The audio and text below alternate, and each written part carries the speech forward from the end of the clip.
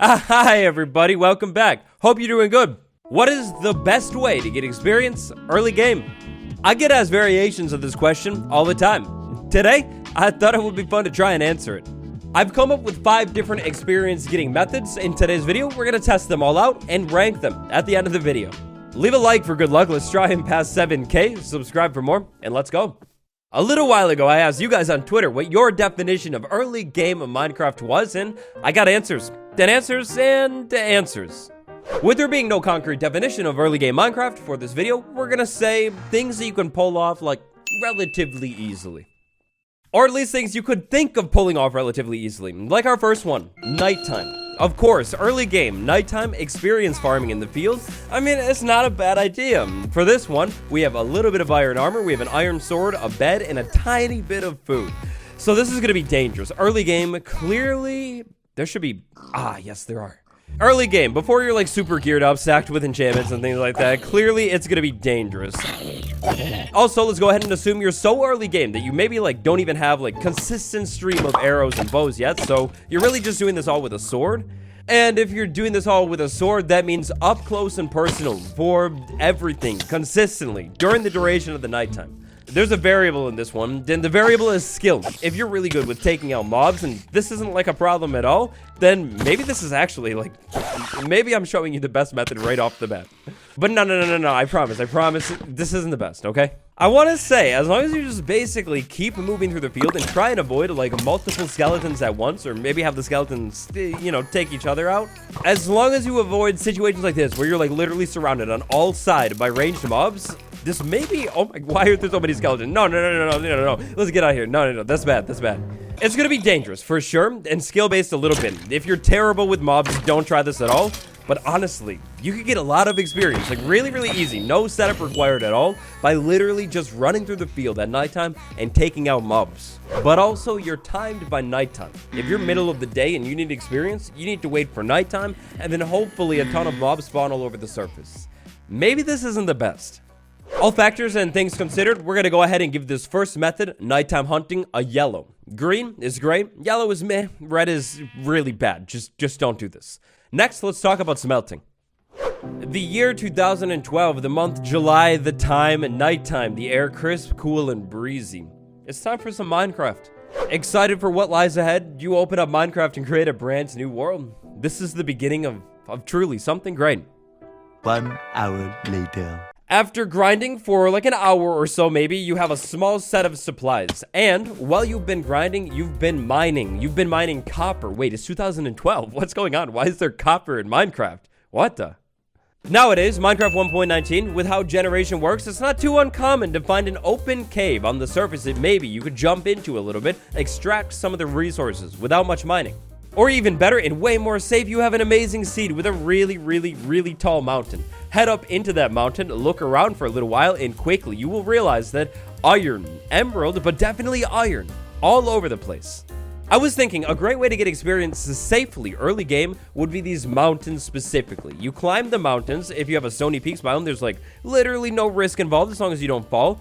You climb the mountain, you mine the resources inside of this mountain. You mine those sweet resources for a while, you get a stack of resources. Then you go over to the crafting table and make a furnace. Then you place that furnace down. Inside of the furnace goes the resources and then you wait. The big idea here is experience from the furnace. Extracting these ores manually from the environment, it's gonna take time. However, this is gonna be way safer than running around in a field at nighttime, and also, you could do this at any time of the day. This is the natural Stony Peaks biome that I found. I found this generated in my world, and clearly, as you can see here, it's like the jackpot. You have ores all over the place here.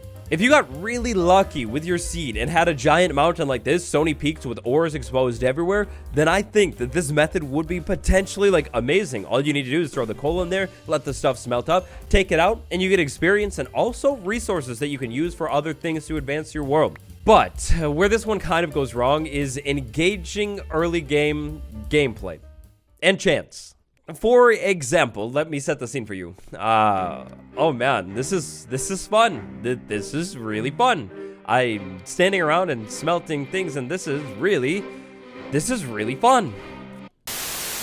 Clearly, there are ways to speed this process up, like you can make a smoker or a blast furnace or whatever, but standing around waiting for things to smelt, it's pretty boring. And this is situational and one time only. If you don't have a good seed like I had with a giant mountain with ores, then you're gonna have to go into the caves, and that gets a little bit more risky. Also, after you smelt things one time, you're done. What do you think? Do you think smelting things up early game is a good way to get experience, or do you think it's a bad way? Let me know what you think down below, and let's move on. Let's move on to a structure this time, the outpost. So, obviously, right off the bat, let's get it out of the way. Situation, wait, oh, hold on, there's a data pack. There's a data pack. Ahem, this is a natural vanilla outpost. The outpost is dangerous, but it's also not, like, the most dangerous, right? For this one, we're going with, again, essentially the same setup. A little bit of armor for sure this time, a sword, and then actually some building blocks as well. So first things first, find an outpost in your world. Second thing second, I'm thinking the no setup method is you walk in, you lure a couple pillagers to maybe like follow you, and you take the pillagers out. When you get overwhelmed, all you do is you retreat. You run away. Hopefully a couple of the pillagers follow you, or don't. It's pretty easy to lure pillagers away from the main structure though, so you just lure them away and then you take them out. As you can see here, taking a single pillager out, it grants a decent amount of experience. Like right there, I'm level 2, or 1. There's also the loot that you get. You get crossbows and arrows from taking these things out, so maybe you could actually, like, take the crossbows that you get and use them to take out the pillagers. If you were getting overrun by the pillagers, just completely overwhelmed, easy. You set up a house. Doesn't have to be anything fancy either, just something like with a door. The pillagers can't comprehend that. Hold on, just a second. I've got the perfect build in mind for this one. Here, I have the green top, the marvelous, the great green top, but wait, it gets better. There's a secret back entrance as well, just in case. So what I do is I go over here, I lure the pillagers away from the outpost a little bit, take them out. If I get overwhelmed, I go back to the shelter, and I hide. But what if I told you I think we could level this up even more? Specifically with this setup right here, we have this cliff right here. What if, theoretically, I were to make some kind of hallway, maybe cutting over to this thing, so I have like a safe entrance really, really far away down this way with like a ladder or something. Then I go over to the hallway. Hey, stop it. I'm in creative. You're literally cheating. Let's test this out for a second. So trapdoor right there. Imagine there was a ladder right there too. Let me close that. All right, so we got a trapdoor right there. We got a ladder right there that walks down into this hole. And then I walk over here. If I walk over here, are they going to be able to figure out that I'm over here? Or, well, they're definitely mad. They're mad for sure. Okay, maybe I would need to do this a little bit different. Like I walk out here, I make them realize that I'm over here.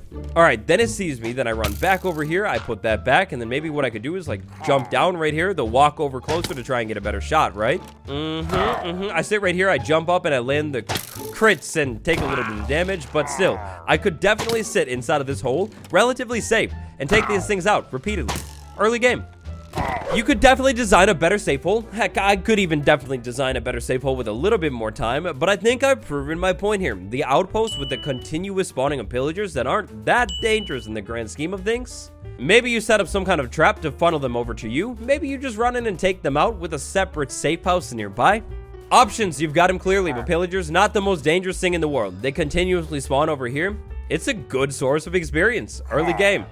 Also, I mean, for the 1.19 update, we've got the allies over here too. You come over here, you rescue them, have them watch you massacre the things that captured them. Yeah, that's definitely a bonus too, for sure. Okay, this one is so random chance involved, but here I am, fresh in my brand new world, and would you take a look at that? Oh, is that a raid? Oh, that's a raid, okay. Bad example. Brand new world, who is this? A brand new world with a village at spawn 2. This is great. Step 1, find the village. Step 2, run into the village. Hopefully there's a good amount of crops here. Step 3, take the crops. These were yours all along. You actually, you just don't remember, but you grew these crops. They're yours rightfully, and so this is fine. It's not corrupt. It's not capitalist. It's not anything like that. It's not greedy. It's great. It's fine. So there's hay bales all over this place. I could easily harvest them all, or I could take the ones that I have right now and turn them back into the products that I farmed. Then we go over to the villager and trade with the villager, except unfortunately nothing here. So easy. All we need to do is reset the profession, the trade a couple times until we get the exact trade that we want. There we go, the trade that we want, this one right here. Trading with villagers is a great way to get experience, and it's also a great way to get profits. I'm thinking that maybe we could essentially start something big here by going over to a village, starting with crops, trade with the villager a couple times to get a lot of experience, and basically take these emeralds, go to a different villager, buy something, and continue, and repeat, until basically we're drowning in experience. And maybe other things too. The one downside to this one is going to be, it's kind of finite. Like, you trade, you take all of the crops, eventually you're going to run out if you're not setting up farms of your own. But like earlier game, if you just need a little bit of experience for something, or maybe you need like a little bit of whatever the villagers are selling, then really, realistically, this might not be terrible. Also, a lot of the workstations are really cheap to make too. If the workstations aren't there, you can easily build one.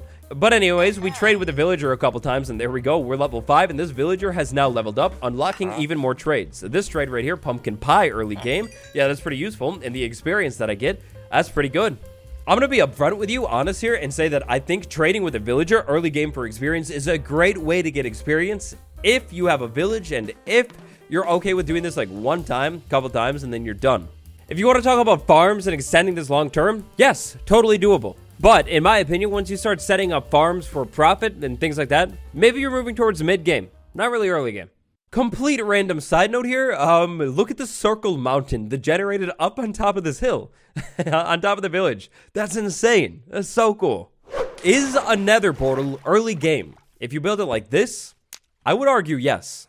Keep in mind that you've got a structure, the ruin portal, that is a partially built nether portal. If the blocks are placed just right, you could use that to make a new nether portal. There is also the bucket method. You can easily use the bucket method once you get it down to set up a nether portal without any diamond pickaxes at all. So let's see, did we get a good nether spawn?